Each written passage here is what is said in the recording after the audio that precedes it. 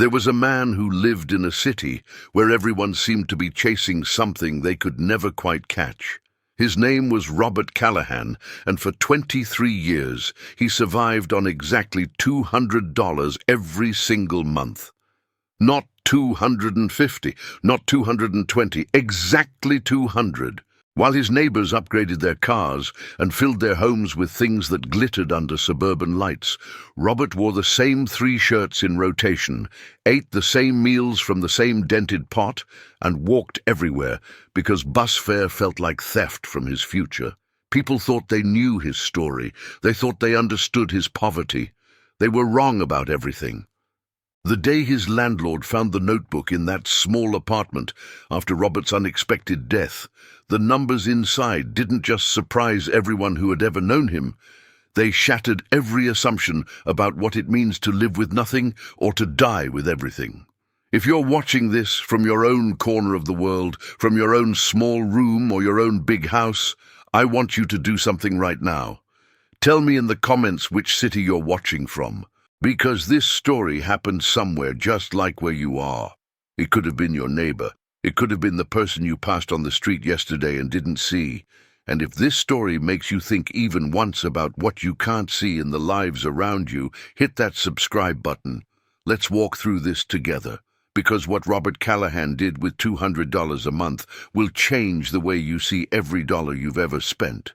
Robert lived in a ground-floor apartment in Cleveland, Ohio, in a building that had seen better decades. The wallpaper was the color of old newspaper, and the carpet near the door had worn down to threads that caught on your shoes when you walked in.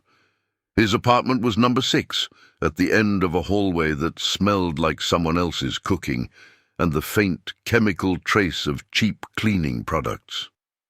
The building stood in a neighborhood where people worked hard and still struggled, where paychecks disappeared before the month ended, where the pharmacy knew your name because you came in every week to buy the same things. Robert worked as a night custodian at a community college on the east side of the city. He had worked there for 31 years. He clocked in at 11 p.m. and clocked out at 7 in the morning, 5 nights a week. He mopped floors that students would dirty again by noon. He emptied trash bins filled with coffee cups and crumpled papers and the small debris of other people's education. He cleaned bathrooms that no one ever thanked him for cleaning. His uniform was a grey shirt and grey pants that the college provided, and after his shift ended, he walked home in the early morning light when the streets were still quiet, and the air tasted like metal and distance. His paycheck was deposited every 2 weeks into an account at a small credit union downtown. The checks were never large. After taxes, after the mandatory retirement contribution, after the health insurance deduction, Robert took home about $1,400 a month. That was what the system said he was worth. That was the number that appeared on the pay stub he folded and kept in a drawer where he kept everything else that mattered. But Robert only used $200 of those $1,400 to live. $200 every month for more than 2 decades. The rest disappeared. No one knew where it went. Not his co-workers, not his landlord, not the woman at the corner store where he bought his groceries, not even his younger sister in Pittsburgh, who called him twice a year and worried he wasn't eating enough. What they saw was a man who lived like someone who had nothing. And what they didn't see was the choice he was making every single day to live that way on purpose.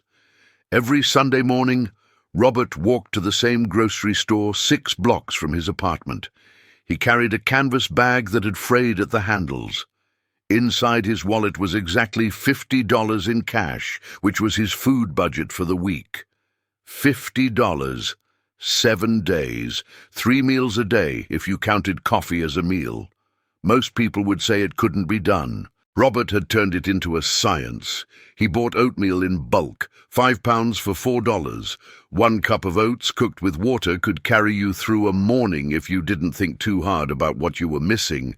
He bought rice in the largest bags they sold, 20 pounds for $12, and that rice became the foundation of nearly every dinner he ate. He bought dried beans, canned tomatoes, onions, carrots, potatoes. He bought day-old bread from the discount rack. He bought eggs when they were on sale. He bought chicken thighs, the cheapest cut, and he bought them only once a month. He never bought coffee at a cafe. He never bought prepared food. He never bought anything that came in packaging designed to make you feel like you were treating yourself. At the register, the cashier was a woman named Donna, who had worked there for 16 years. She saw Robert every Sunday. She watched him count his money carefully, his fingers sorting the bills on the counter with a kind of reverence, as though each dollar was a living thing he was responsible for. She never asked him why he lived the way he did. She assumed what everyone assumed, that he was poor, that he had no choice, that life had cornered him into this routine, and he was simply surviving it. But if you had asked Robert why he bought day-old bread instead of fresh, why he walked instead of taking the bus, why he wore shoes with soles so thin you could see the outline of his foot through the leather, he would have given you an answer that sounded too simple to be the whole truth. He would have said, "Because I don't need more than this." No, and if you had pushed him, if you had asked what he was saving for, what he was building toward, what he hoped to buy someday with all the money he wasn't spending, he would have looked at you the way you look at someone who's asked a question in the wrong language. He wouldn't have had an answer that made sense to anyone but himself. Robert's apartment had one bedroom, one bathroom, a kitchen the size of a closet, and a living room where he kept a used couch he'd bought for $30 from a man selling furniture out of the back of a truck. He had no television. He had a radio that he listened to at night, old AM stations that played blues and talk shows that made the hours pass. He had a small table where he ate his meals, and the table was always clean, wiped down after every use, because Robert treated his few possessions the way other people treated heirlooms. The rent was $475 a month. The landlord was a man named Gene Portman, who owned 8 buildings in the neighborhood and collected rent on the 1st of every month, in cash, because he didn't trust checks and didn't understand apps. Robert always paid on time. He paid in person. He climbed the stairs to the landlord's office on the 2nd floor of another building 4 blocks over, and he handed Gene an envelope with the exact amount inside. No small talk, no complaints. Gene liked Robert because Robert never caused trouble, never called about a leaky faucet or a broken window latch, never asked for anything. But Gene also thought Robert was strange, too quiet, too controlled. Gene once told his wife after collecting Robert's rent for the 150th time, "That guy lives like he's in prison, like he's punishing himself for something." His wife had shrugged and said, "Maybe he just doesn't want much." And Gene had shaken his head. Nobody lives like that unless they have to. They were both wrong. Robert's utility bills were minimal. He kept the heat low in winter, wore 2 sweaters and a jacket indoors, slept under 3 blankets he'd owned for 15 years. In summer, he opened the windows and let the hot air move through the apartment like something he had to tolerate, not solve. His electric bill averaged $28 a month. Water was included in the rent. He didn't have internet. He didn't have a phone plan, just an old prepaid cell phone he recharged once every 3 months and used only for emergencies that never seemed to come. When you added it all up, rent, utilities, groceries, the occasional necessity like soap or toilet paper or a pair of socks when the old ones finally gave out, Robert spent on average about $200 a month. The other $1,200 from his paycheck vanished like rain into soil, and no one thought to ask where.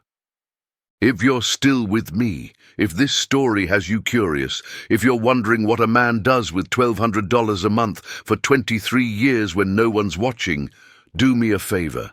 Hit that like button, because what comes next is going to make you rethink every choice you've ever made about money. And maybe, just maybe, it'll change the way you see your own life. Robert didn't have friends in the way most people define the word.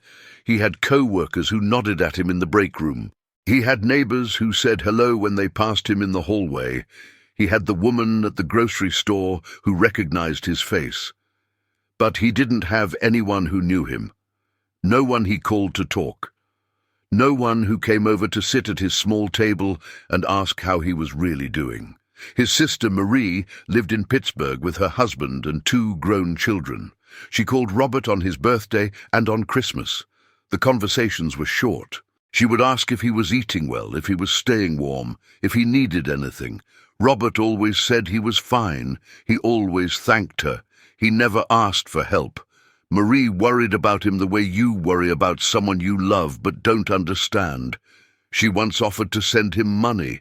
Robert had declined so firmly, so quickly, that she never offered again. She told her husband later, "I think Robert wants to be alone. I think that's his choice." And maybe it was. Or maybe Robert just understood something about people that made him prefer the company of his own discipline. At the community college where Robert worked, there were 12 other custodians on the night shift. Most of them were younger than him.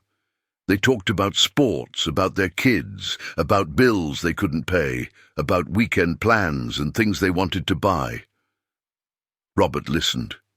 He never contributed much. During breaks, he sat in the corner of the break room with a thermos of black coffee he'd made at home and a small notebook he always carried in his shirt pocket.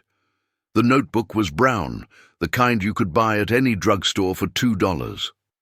The cover was worn smooth from years of handling. The pages inside were filled with handwriting so small and precise it looked like something printed by a machine. Robert wrote in that notebook every single night during his 15-minute break. He wrote while the other custodians laughed and argued and showed each other videos on their phones. He wrote with a pen that had no brand name, the kind that came in a pack of 10 for $1, and when the ink ran out, he replaced it with another from the pack he kept in his locker.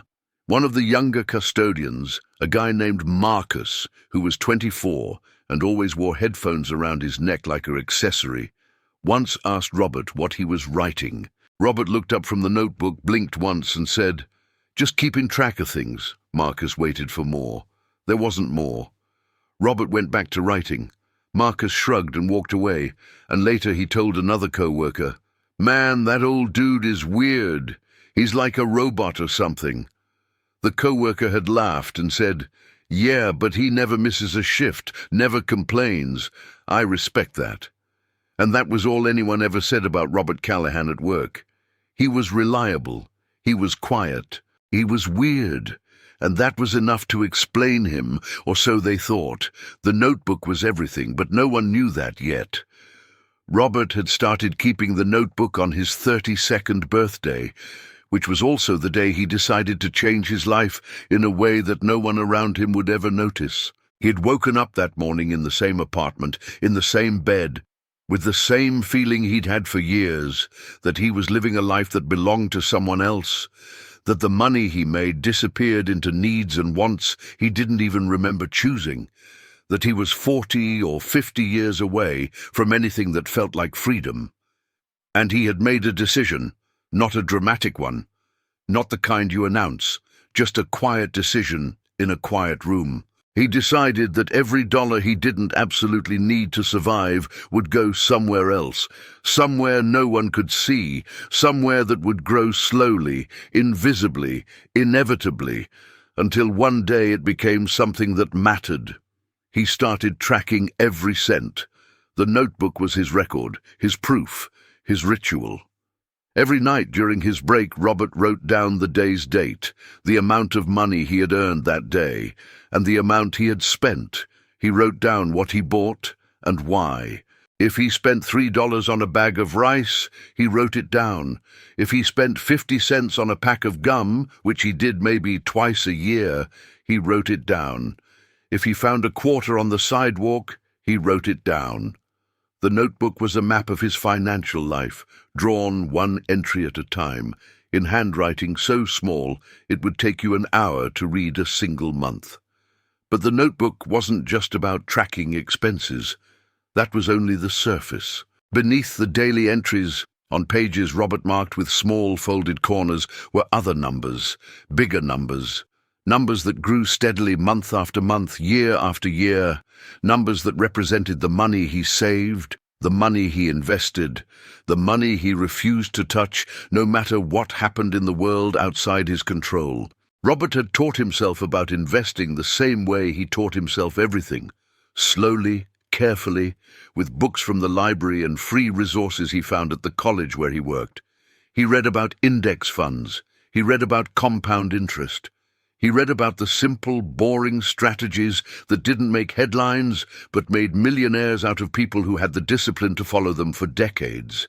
And then he did exactly what the book said to do.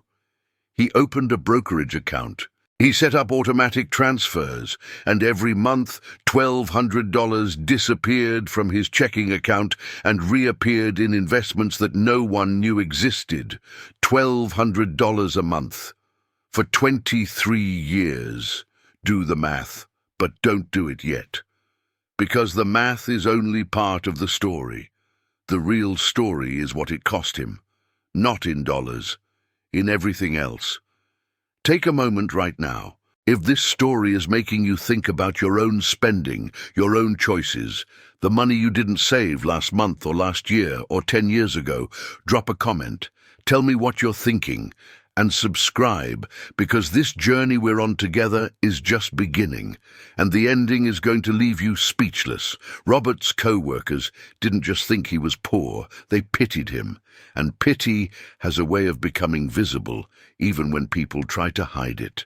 During the holidays, when the college gave out small bonuses, some of the other custodians would offer to buy Robert lunch. They'd say things like, "Come on, man, let me get you a sandwich," or "You gotta eat more than oatmeal, bro." Robert always declined politely. He'd smile, a small, closed smile that didn't show teeth, and say, "I appreciate it, but I'm fine." And they'd walk away shaking their heads, convinced he was too proud to accept help. At the grocery store, Donna once tried to give Robert a coupon she'd clipped from the Sunday paper. It was for $1 off chicken. She handed it to him at the register and said, "Here, take this. Every bit helps, right?" Robert looked at the coupon, then at Donna, and something flickered across his face that she couldn't read. He took the coupon. He said thank you, but he never used it. He left it on the counter the next time he came in, folded next to his cash, as though he'd forgotten it. Donna didn't understand. She told her manager later, "Some people just don't want help, I guess." The manager shrugged. "Pride's expensive," he said, and they both moved on to the next customer. But it wasn't pride. Robert wasn't refusing help because he was too proud. He was refusing it because he didn't need it, because every dollar he saved, every small gesture of deprivation he chose, was part of a plan that was working exactly as he'd designed it. And explaining that plan would have required explaining everything: his philosophy, his goal, his belief that wealth wasn't about what you showed the world, but what you built in silence. And Robert had learned long ago that most people didn't want to hear that. They wanted to believe that poverty was visible, that struggle looked a certain way, that if someone was truly okay, you'd be able to see it in their clothes or their car or the food they ate. So, Robert let them pity him. It was easier than the truth. In his apartment, Robert kept a single-framed photograph on the wall above his couch. It was a picture of his parents, taken sometime in the 1970s, standing in front of a house that Robert barely remembered. His father wore a suit that looked too big for him. His mother wore a dress with a floral pattern and a smile that didn't quite reach her eyes. They both looked tired in that photograph, the way people look when they've worked their whole lives and still don't have much to show for it. Robert's father had been a machinist at a factory that closed down when Robert was 15.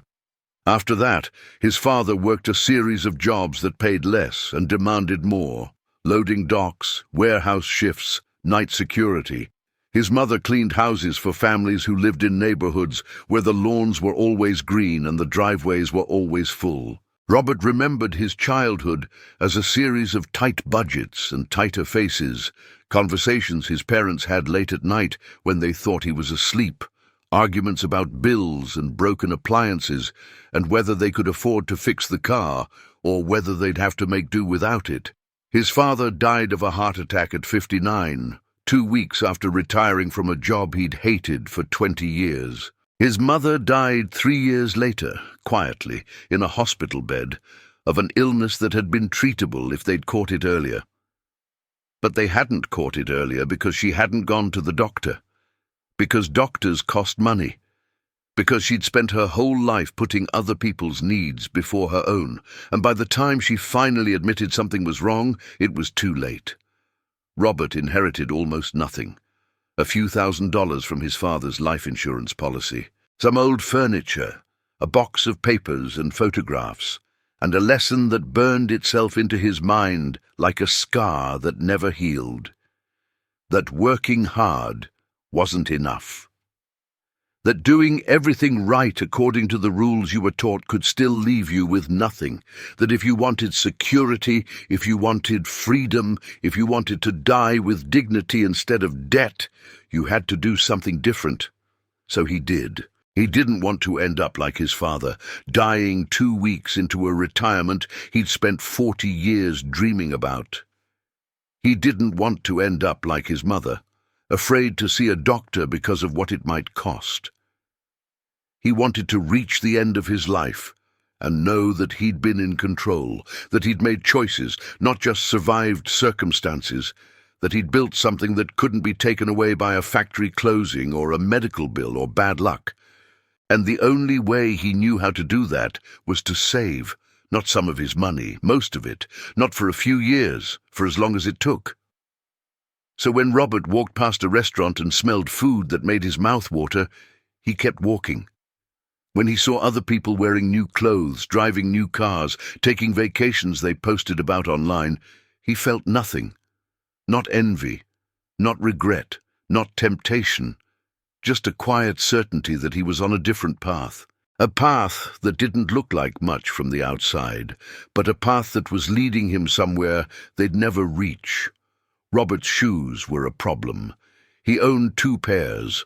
One pair he wore to work, black sneakers with rubber soles that had cracked and been glued back together 3 times.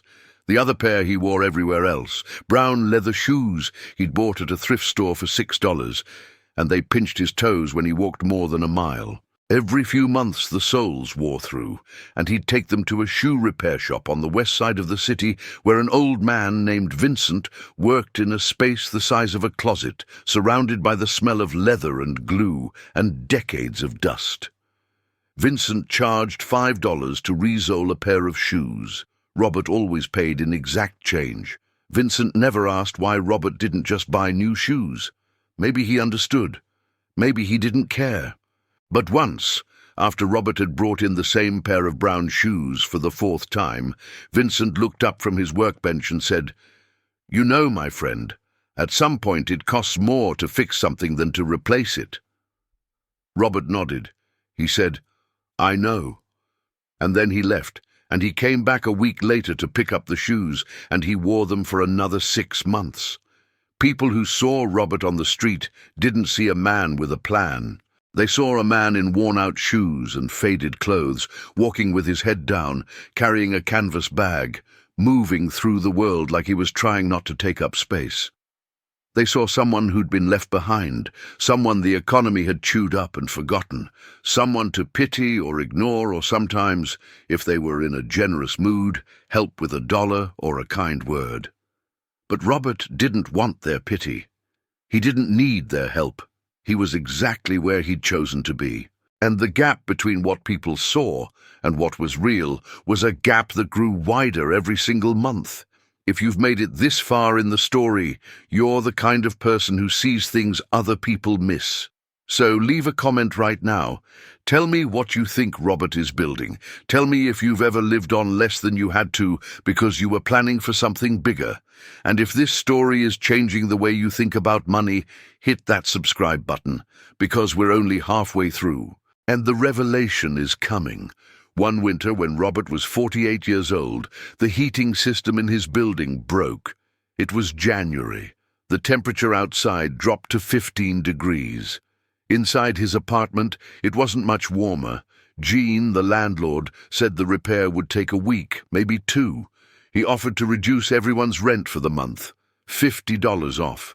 He said it like he was being generous. Robert wore every piece of clothing he owned, layered one on top of the other. He slept in his jacket and his shoes. He boiled water on the stove and let the steam warm the kitchen. At night, he could see his breath in the air. His fingers were stiff when he woke up. His joints ached in a way they never had before. But he didn't complain. He didn't call Gene and demand the heat be fixed faster. He didn't go somewhere else, didn't check into a motel, didn't ask his sister if he could stay with her in Pittsburgh until the building was habitable again. He simply endured it. Because a motel would cost money.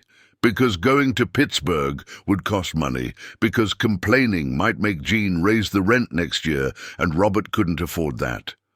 Not because he didn't have the money, but because every extra dollar spent on rent was a dollar that couldn't compound, couldn't grow, couldn't become part of the future he was building in secret.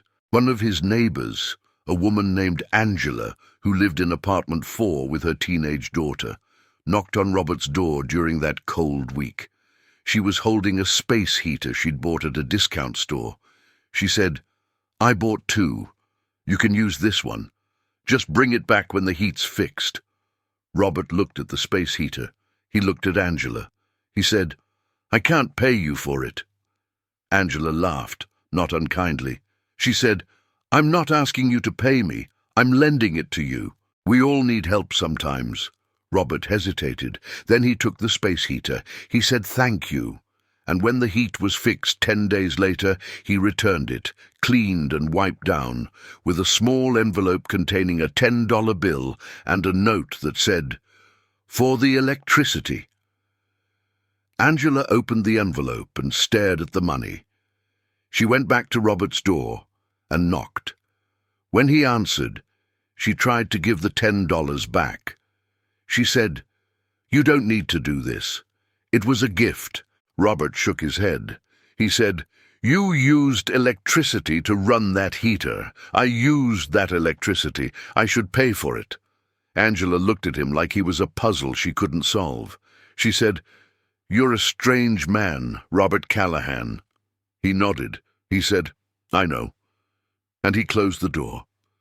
Angela told her daughter later, "That man has nothing, but he still insists on paying his debts." Her daughter, who was 16 and wise in the way teenagers sometimes are, said, "Maybe he's not as poor as you think." Angela frowned. "What do you mean?" Her daughter shrugged. "I don't know. Just a feeling. Like he's choosing this." Angela didn't believe her, but the thought stayed with her, and years later, after everything came out, she would remember that conversation and realize her daughter had been right. Robert's health was good for a man his age, but it wasn't perfect. His knees hurt when he climbed stairs. His back ached after long shifts. He had a persistent cough one winter that lasted 3 months, and he never went to the doctor because he didn't want to pay the copay. He bought cough drops at the dollar store instead, went through 2 bags a week, and eventually the cough went away on its own. He had health insurance through his job at the college, but he rarely used it. He went to the dentist once every 3 years, only when the pain in a back molar became unbearable. He never got the recommended cleanings, never got the x-rays, never fixed the small problems before they became big ones. The dentist, a cheerful woman named Dr. Patel, who ran a practice in a strip mall near the college, once told Robert, "You know, preventative care is much cheaper than emergency care." Robert nodded. He said, "I know." But he didn't come back for another 3 years. Dr. Patel wrote a note in his file. "Patient non-compliant with recommended treatment. Financial barriers suspected." She wasn't wrong exactly, but she wasn't right either. Robert could have afforded the care. He could have afforded the cleanings and the x-rays and the filling he needed before the cavity turned into a root canal. He just chose not to, because in his mind, every dollar spent today was a dollar that couldn't become $2 tomorrow. And he'd done the math. He knew that $75 spent on a dental cleaning today might mean $500 saved 30 years from now, compounded at a reasonable rate. And $500 multiplied across a lifetime of similar decisions became something enormous. So Robert lived with the pain, he lived with the cough, he lived with the aching knees and the stiff back and the nights when sleep didn't come easy because his body hurt in ways he couldn't ignore. And he told himself it was worth it, because every sacrifice had a purpose, every discomfort was a choice, and one day the number in his notebook would be large enough that he could stop, that he could rest, that he could breathe without counting the cost of every breath. But that day hadn't come yet, and Robert was 55 years old. At work, Marcus, the young custodian who'd asked Robert about the notebook years earlier, got engaged. He was excited in the way people are when they believe they've found something permanent in a world that feels temporary. He showed everyone the ring he'd bought, a small diamond on a silver band that cost him $800 and 3 months of payments. He talked about the wedding he was planning, the honeymoon they'd take, the apartment they'd rent together.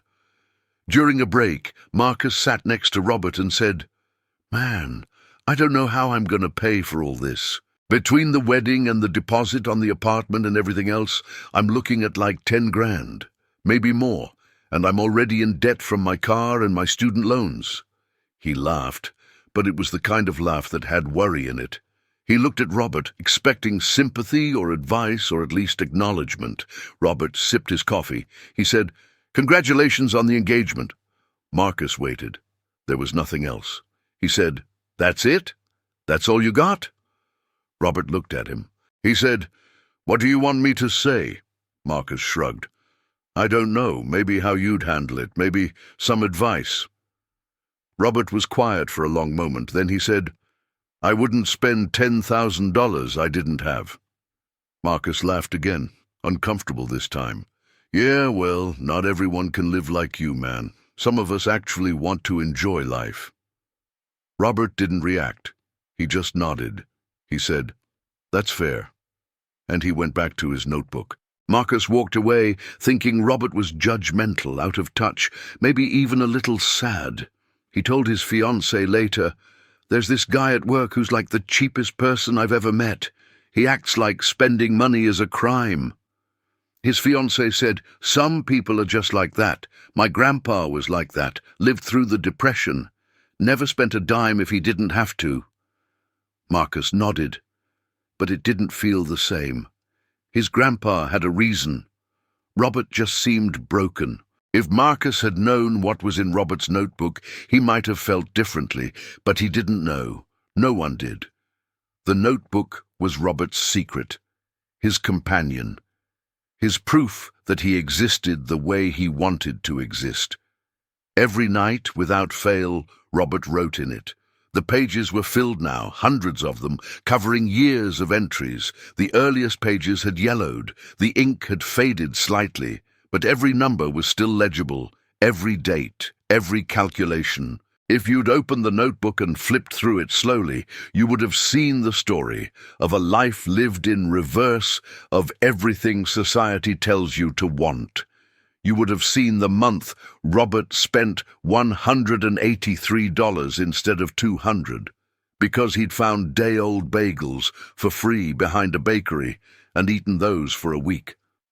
You would have seen the year he saved an extra $50 a month by giving up coffee entirely, drinking only water for 12 months straight. You would have seen the time his winter coat tore and he sewed it back together with thread from the dollar store instead of buying a new one. But you also would have seen something else. Numbers that started small and grew. Monthly balances. Investment accounts. The slow, steady accumulation of wealth that no one believed someone like Robert could have. By the time Robert turned 55, the notebook recorded a net worth of just over $1.2 million. $1.2 million. From a man who lived on $200 a month. From a man who mopped floors and wore shoes with holes in them and ate oatmeal every morning for 23 years. But Robert didn't tell anyone. Not because he was ashamed, not because he thought people would judge him, but because telling people would have changed things. They would have treated him differently. They would have asked for money. They would have questioned his choices, criticized his lifestyle, told him he should enjoy his wealth instead of hoarding it. And Robert didn't want that. He didn't want the attention. He didn't want the complications. He wanted to live exactly as he'd been living, saving exactly as he'd been saving, until the day he decided he'd saved enough. That day, it turned out, would never come. You're still here. That means this story matters to you. So, do something for me right now. Hit that like button. Drop a comment telling me what you'd do if you had $1 million no one knew about, and subscribe, because the next part of this story is going to break your heart, but it's also going to teach you something you'll never forget. Robert had a routine for checking his investments. Once a month, on the first Saturday of every month, he walked to the public library downtown.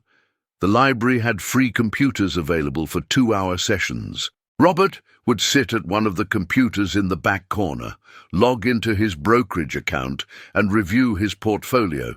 He'd check the balance. He'd make sure the automatic transfers had gone through. He'd read the quarterly statements. And then he'd update the notebook with the new numbers. He never checked his account from home. He didn't own a computer. He didn't want the temptation of looking at the numbers too often, of obsessing over daily fluctuations, of feeling the emotional pull of watching money grow or shrink in real time. Once a month was enough. Once a month kept him disciplined. The library was a place where Robert felt invisible in a way he liked. No one paid attention to the people using the computers. No one cared what websites you visited or what you were looking at. The librarians were kind but distant, offering help only when asked. Robert never asked. He knew what he was doing. One Saturday in April, when Robert was 56, he sat at his usual computer and logged into his account. The balance had crossed 1.3 million. He stared at the number on the screen. He didn't smile. He didn't feel triumphant. He just felt a quiet satisfaction, the same satisfaction he felt every month when the number was higher than it had been before. He updated his notebook. He logged out. He walked home. On the way, he passed a family standing outside a restaurant waiting for a table. The father was holding a toddler. The mother was laughing at something the older child had said. They looked happy in the uncomplicated way people look when they're not thinking about money. Robert walked past them and felt nothing, not envy, not loneliness, just the steady rhythm of his own footsteps on pavement, the weight of the notebook in his pocket, the knowledge that his life was his own. But something was changing in Robert, even if he didn't recognize it yet. The years of deprivation were taking a toll, not financially, physically, emotionally, in ways that didn't show up in a notebook. He was tired in a way sleep didn't fix. His body hurt in places he couldn't name. He'd developed a habit of rubbing his left arm during his shifts, a dull ache that started in his shoulder and radiated down to his wrist. He told himself it was nothing. Just age, just the result of 30 years of manual labor. He didn't go to the doctor. He took aspirin from a bottle he kept in his locker and told himself it would pass. It didn't pass. One night in June, during his shift, Robert was mopping the second-floor hallway near the faculty offices. It was 2 a.m. The building was silent except for the hum of the air conditioning and the wet sound of the mop against the tile.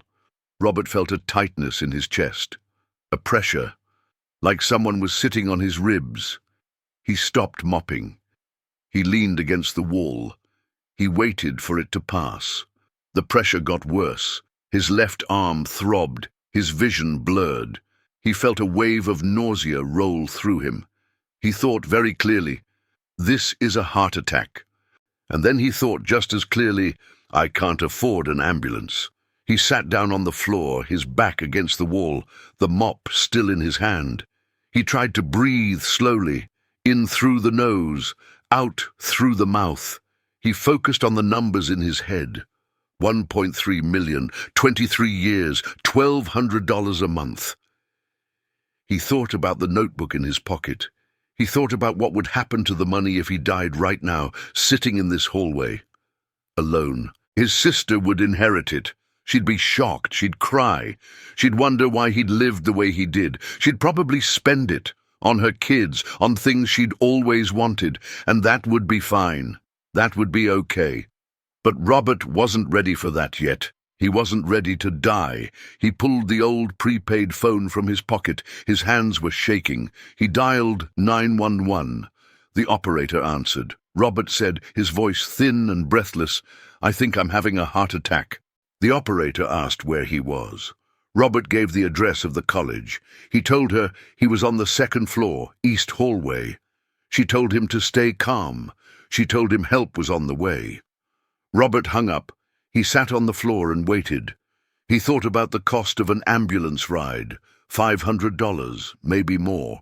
He thought about the hospital bill that would come later, thousands of dollars, even with insurance. He thought about how all of this was going to cut into his savings. And then he thought, this is stupid, I'm dying, and I'm worried about money. But he couldn't help it, it was who he'd become. The paramedics arrived 12 minutes later. They asked him questions. They checked his vitals. They loaded him onto a stretcher and carried him down the stairs and out to the ambulance. One of the paramedics, a young woman with kind eyes, said, You did the right thing calling us. Robert nodded. He didn't feel like he'd done the right thing. He felt like he'd failed, like he'd broken the rules he'd set for himself. At the hospital, they ran tests, an EKG, blood work, a chest X-ray.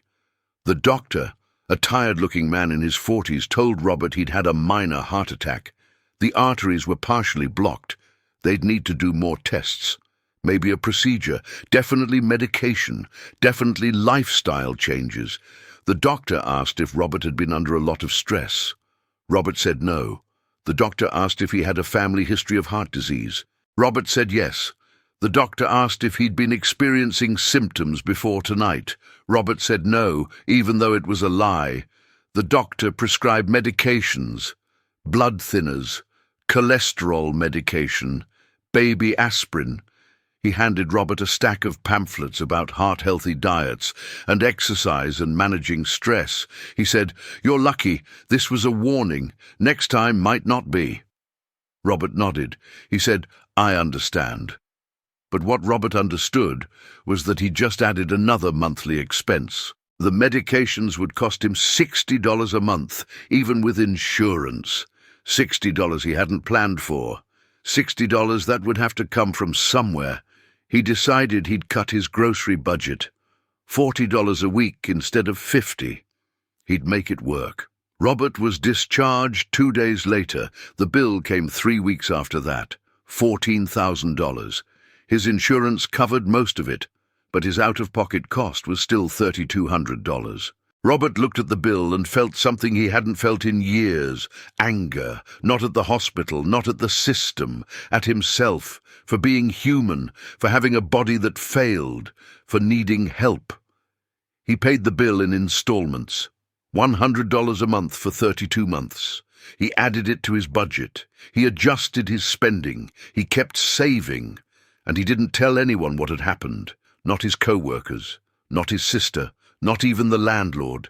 It was just another secret. Another number in the notebook. Take a moment, breathe.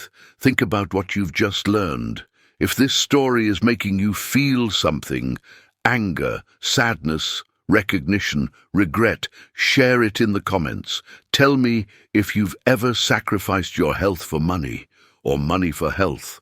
And subscribe, because we're getting close to the end now, and the ending is going to change everything you think you know about this man. Robert recovered from the heart attack, at least physically, He went back to work after 2 weeks. He picked up his mop, emptied the same trash cans, cleaned the same bathrooms. His co-workers noticed he was quieter than usual, which was saying something because Robert had never been loud. Marcus asked if he was okay. Robert said he was fine. Marcus didn't push.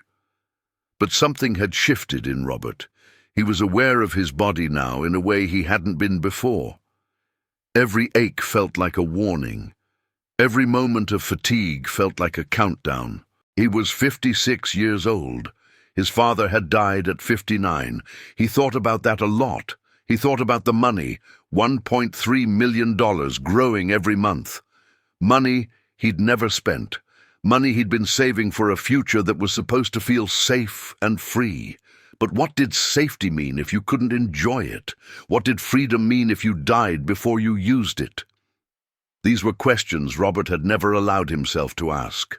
And now that he was asking them, he didn't know the answers. He kept saving.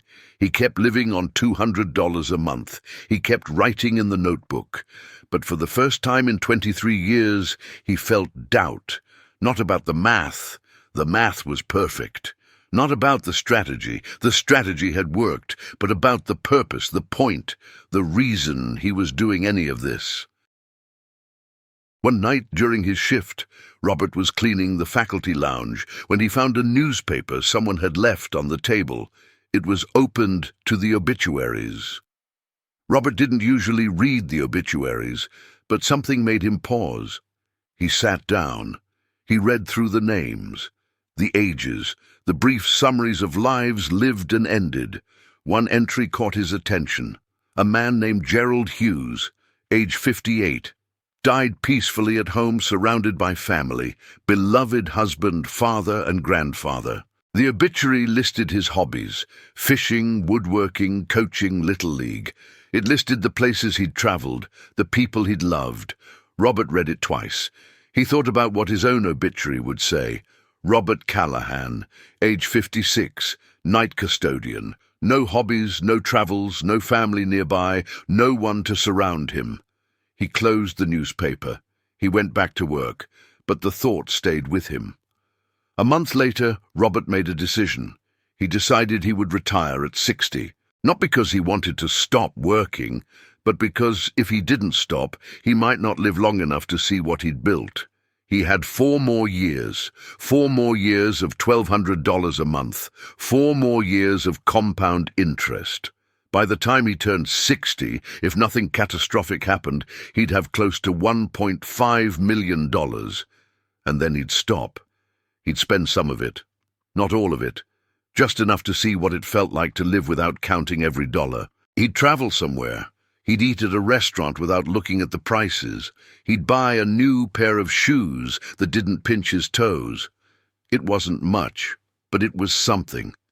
It was a compromise between the life he'd lived and the life he'd denied himself.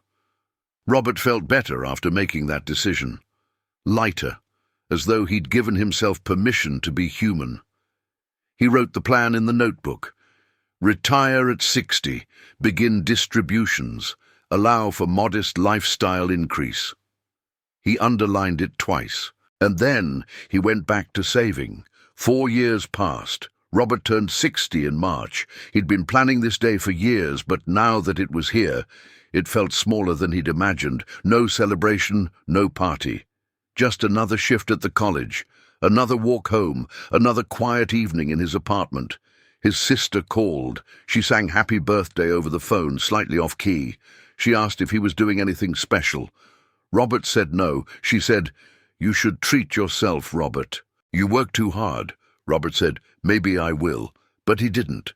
The notebook now showed a balance of $1.47 million. Robert had surpassed his goal. He'd done what he set out to do. He'd built wealth from nothing. He'd proven that discipline and time could create something extraordinary, even on a custodian's salary. He scheduled a meeting with a financial advisor. It was the first time he'd ever spoken to anyone about his money. The advisor was a man in his early 30s who worked at a small firm downtown. His name was Kevin. He wore a tie that was too bright and a smile that was too eager. Robert sat in the chair across from Kevin's desk and explained his situation. He'd been saving for 27 years. He wanted to start drawing income from his investments. He wanted to know how much he could safely withdraw per year without depleting the principal. Kevin pulled up Robert's account on his computer. His expression changed. The eager smile faded.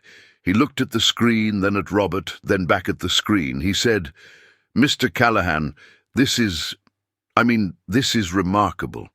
How did you—" He trailed off. Robert said, "I saved $1,200 a month for 27 years. I lived on the rest." Kevin blinked. "The rest? How much is the rest?" $200 a month. Kevin stared at him. "You've been living on $200 a month?" "Yes." "For 27 years?" "Yes." Kevin leaned back in his chair. He looked like someone who'd just learned the rules of the world were different than he thought. He said, "Mr. Callahan, with all due respect, that's insane." Robert didn't respond. He waited. Kevin cleared his throat. He said, "Okay, let me run some numbers." He typed. He clicked. He frowned. He typed more. Finally, he turned the screen toward Robert. "Based on a 4% withdrawal rate, which is conservative, you could take out about $60,000 a year. That's $5,000 a month. You'd never touch the principal. It would keep growing." Robert looked at the number. $5,000 a month. It felt obscene. He said, "What if I only took out $2,000 a month?" Kevin looked at him like he'd suggested burning money. "Why would you do that?" "Because I don't need $5,000. "But you could have it. You earned it." Robert shook his head. "I don't want it." Kevin didn't understand. How could he? He'd spent his whole career telling people to save, to invest, to build wealth so they could enjoy it later. And here was someone who'd done everything right, who'd built more than most people ever would, and he didn't want to use it. Kevin said carefully, "Mr. Callahan, can I ask you something? Why did you do this? What was the point?" Robert looked at him for a long time. Then he said, "Because I wanted to know I could." Kevin didn't ask any more questions. He set up the withdrawals. $2,000 a month, starting next month. Robert thanked him and left. On the walk home, Robert thought about Kevin's question. Why had he done this? The answer he'd given was true, but it wasn't complete. He'd wanted to prove something, to himself, to the memory of his parents, to a world that treated people like him as invisible. He'd wanted to prove that you didn't need to look rich to be rich, that poverty was a choice sometimes, and so was wealth, that the only person who could define your worth was you. But there was another reason, one he didn't say out loud. He'd been afraid of ending up like his father, afraid of losing everything, afraid of depending on anyone. And fear had driven him to build a fortress around himself made of money and discipline and isolation. And now the fortress was complete. But Robert wasn't sure it had protected him from anything. It had just kept him alone. At 60 years old, Robert Callahan started withdrawing $2,000 a month from his investments. He didn't change his lifestyle much. He still lived in the same apartment. He still walked everywhere. He still bought day-old bread, but he allowed himself small things, a new pair of shoes that fit properly, a winter coat that didn't have patches, an occasional meal at a diner where he ordered the roast chicken and mashed potatoes and didn't look at the price. He still worked at the college. He didn't retire. He'd thought about it, but he realized he didn't know what else he'd do with his time.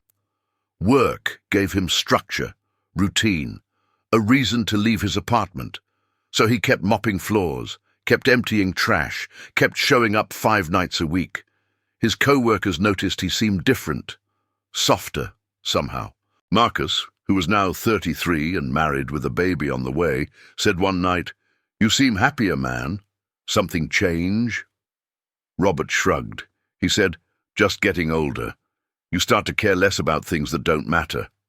Marcus nodded like he understood, but he didn't. Robert kept writing in his notebook, but the entries changed. He still tracked his spending, but now he also wrote other things.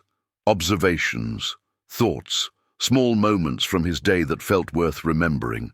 A conversation with Angela, his neighbor, about her daughter's graduation. The way the sunrise looked on his walk home one morning in July. The taste of coffee he bought from a cafe, the first time in years he'd let himself spend $4 on something that wasn't necessary. The notebook became less of a ledger and more of a journal, less about numbers and more about life.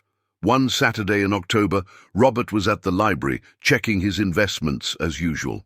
The balance had crossed 1.5 million. He stared at the number. He felt nothing, or maybe he felt too much. Pride and sadness and regret all mixed together in a way that made his chest ache. He closed the browser. He walked out of the library, and for the first time in 27 years, he didn't update his notebook. He just went home. That night, lying in bed, Robert thought about what he wanted to do with the rest of his life. He was 60 years old. If he lived as long as the average American man, he had another 18 years, maybe 20 if he was lucky. What did he want those years to look like? He didn't have an answer. He fell asleep thinking about his mother, about the way she'd smiled in that photograph, a smile that didn't reach her eyes, about the way she'd worked until her body gave out, about the way she'd died in a hospital bed apologizing for the cost. Robert didn't want to die like that. He wanted to die knowing he'd lived. Not just survived, lived. But he didn't know how to start. If you're still watching, if this story has made you think about your own life, about the sacrifices you've made or the ones you're still making, I need you to do something. Comment below. Tell me what you would do if you had $1.5 million and 20 years left to live. Tell me if you think Robert made the right choices, and subscribe because the ending is coming and it's not what you think. Robert was 61 when he met a woman named Claire. She worked at the library shelving books, and he'd seen her there for years without really noticing her. But one Saturday, she was sitting at the computer next to his, and she glanced over at his screen by accident. She saw the brokerage website. She saw the number. She looked away quickly, embarrassed. But then she looked at Robert, really looked at him, at his worn coat, his patched shoes, the way he sat hunched over the keyboard like he was protecting something. When he stood up to leave, she said, "Excuse me." Robert paused. She said, "I'm sorry. I didn't mean to look. But that number on your screen, is that real?" Robert could have lied. He could have said it was someone else's account, a mistake, none of her business, but something about the way she asked, curious, not judgmental, made him tell the truth. He said, "Yes." Claire's eyes widened. She said, "You're a millionaire." Robert nodded. She said, "And you're here, using the library computers." "I don't own a computer." "But you could." "I know." Claire laughed, a soft, disbelieving sound. She said, "I don't understand." Robert said, "Most people don't." They stood there for a moment, two strangers who'd shared something neither of them had planned to share. Then Claire said, "Can I buy you a coffee? I'd really like to understand." Robert hesitated. Then he said, "Okay." They went to a cafe across the street from the library. Claire ordered a latte. Robert ordered black coffee.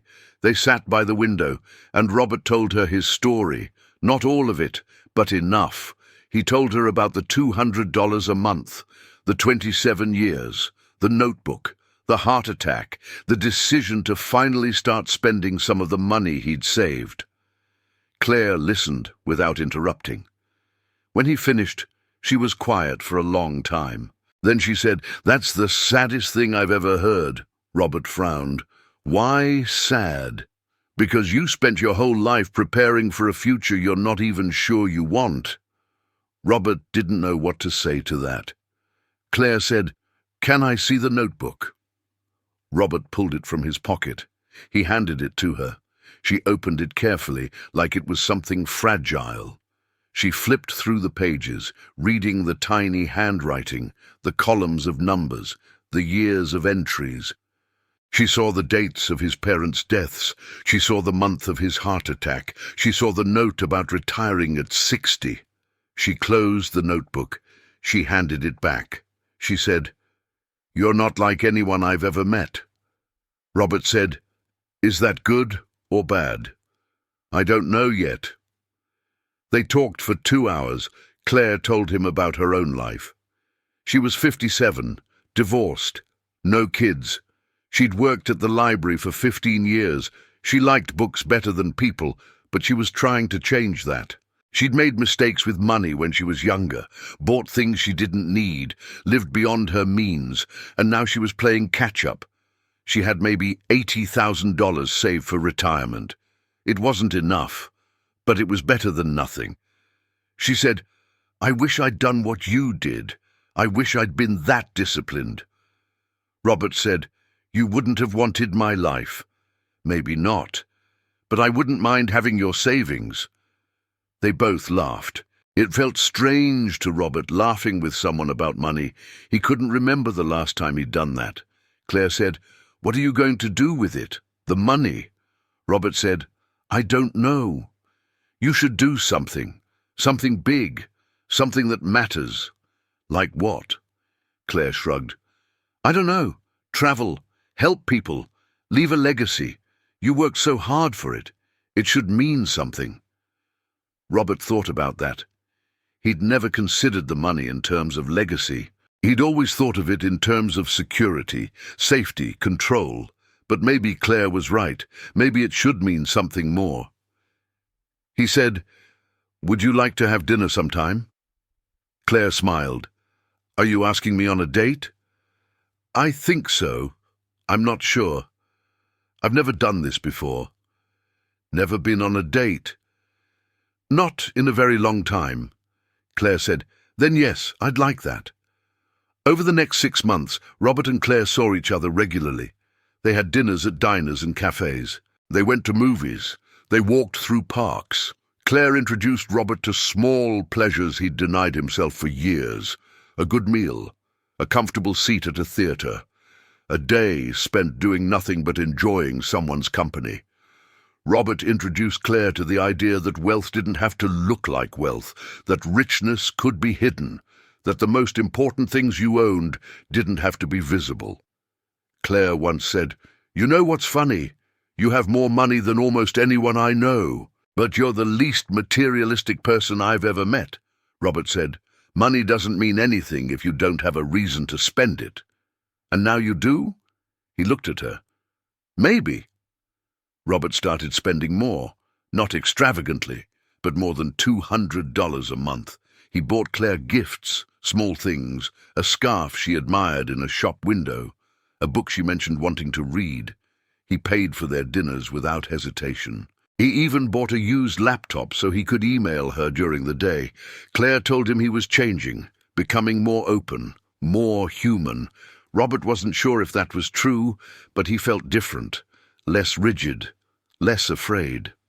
One night, Claire asked him, "Do you regret it, living the way you did for so long?" Robert thought about it. He said, "I don't know. I did what I thought I had to do, but maybe I was wrong. Maybe I didn't have to do it that way." "Would you do it again if you could go back?" Robert shook his head. "No, I'd find a middle ground. I'd save, but I'd also live. I'd let myself have things, small things, moments." Claire said, "It's not too late." Robert said, "I know." But part of him wondered if it was. Robert was 62 when he started feeling tired again. Not the normal tired of a long shift. A deeper tired. A tired that sleep didn't fix. He ignored it at first. But then the pain in his chest came back.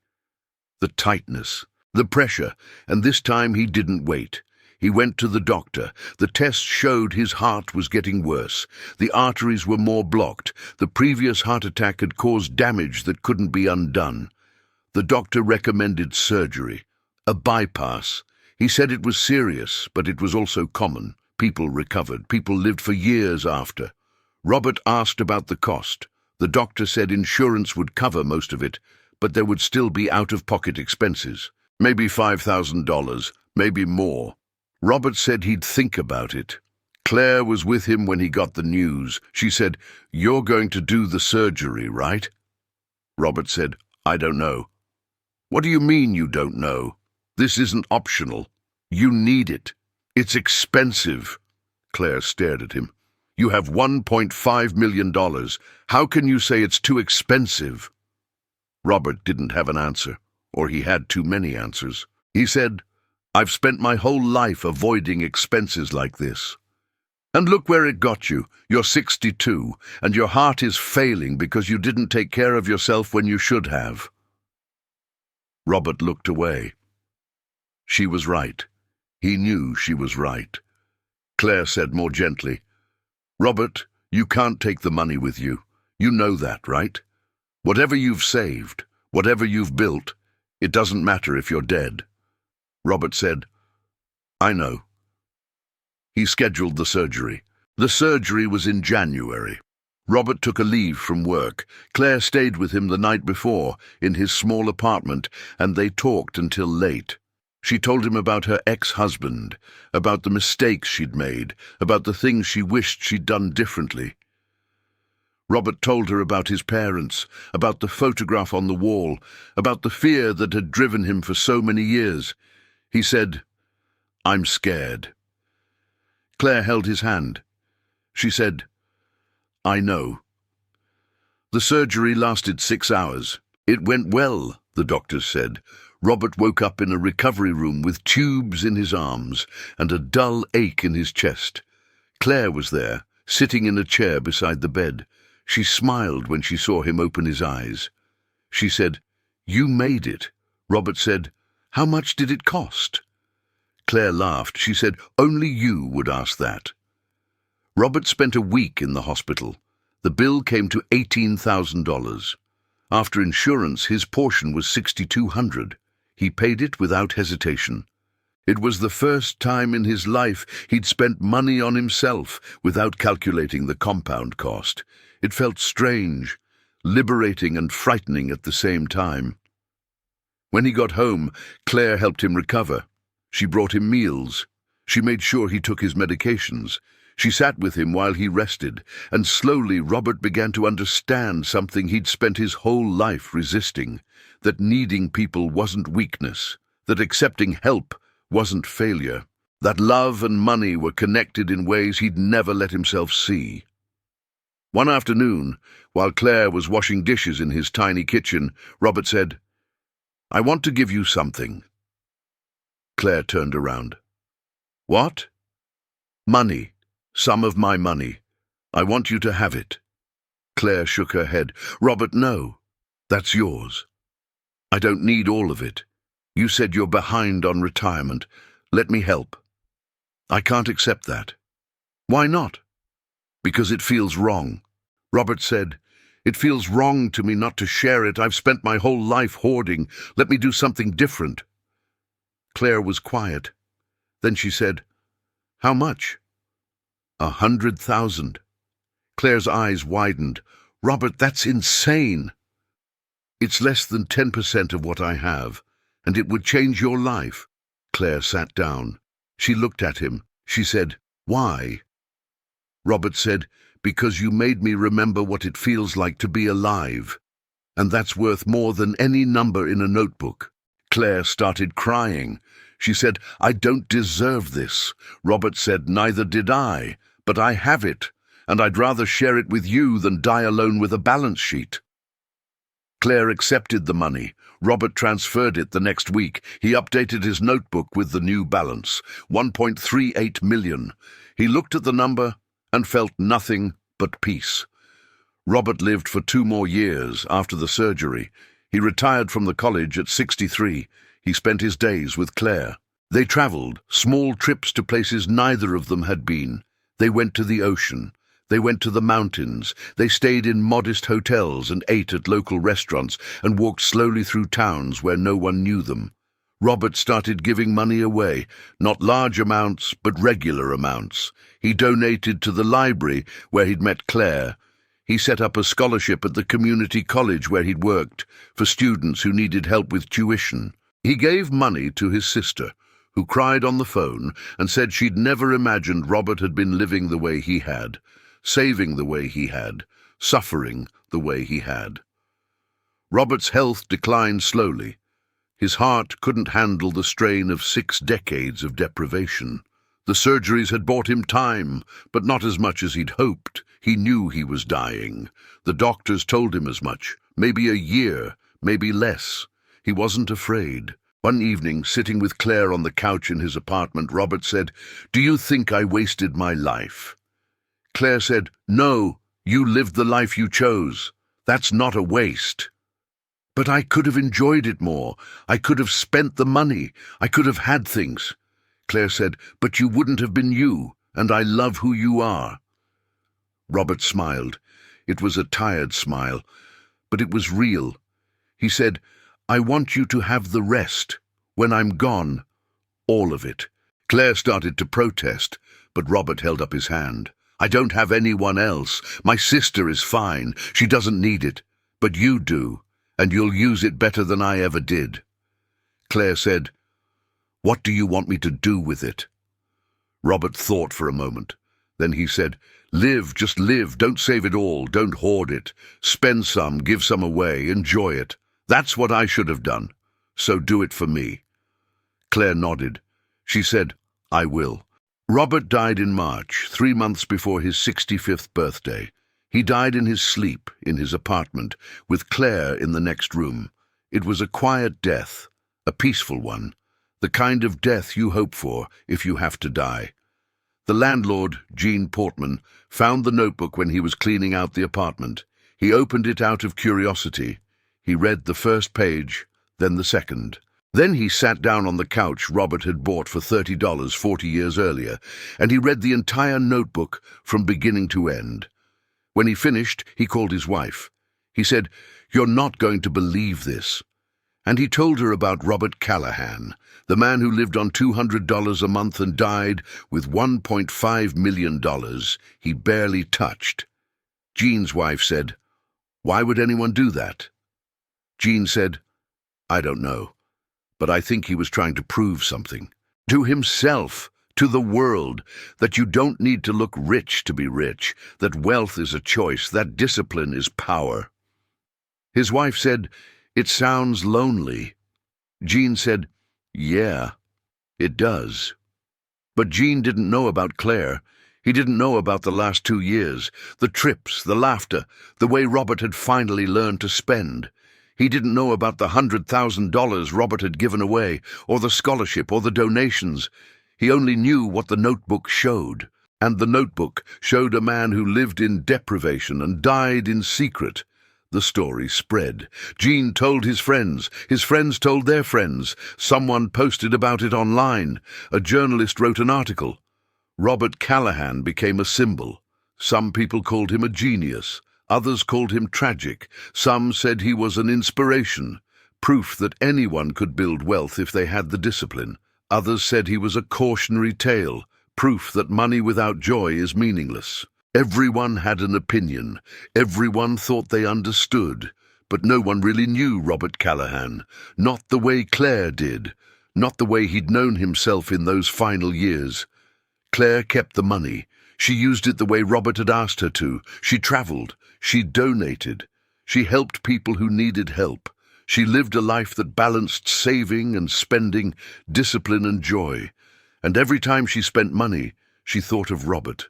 She thought of the notebook. She thought of the man who'd spent his whole life learning to hold on, and then finally, in the end, learned to let go.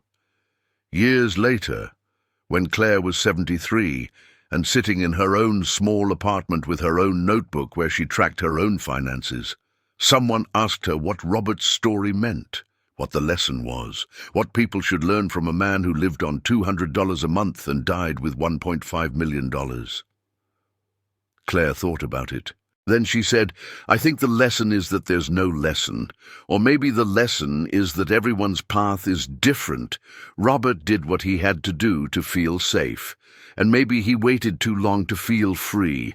But he got there in the end. He found a middle ground. He found me. He found a way to live that wasn't just about numbers, and that's enough. That has to be enough. She paused. Then she said, the other lesson is simpler. Money is just a tool. It's not the point. The point is what you do with it, who you share it with, the life you build around it. Robert forgot that for a long time, but he remembered before he died, and that's what matters. If you made it to the end of this story, thank you. Thank you for walking this journey with me, for sitting with the discomfort, for thinking about what wealth really means and what it costs to build it. If this story changed the way you see money, even a little, do me one last favor. Comment below. Tell me what you're taking away from Robert's life. Tell me if you see yourself in him. And subscribe, because stories like this matter, because lives like Robert's deserve to be remembered, not as a warning, not as a hero's tale, just as a reminder that we're all making choices every single day. And those choices add up to the life we live. Make them count, make them yours, and don't forget to live while you're building.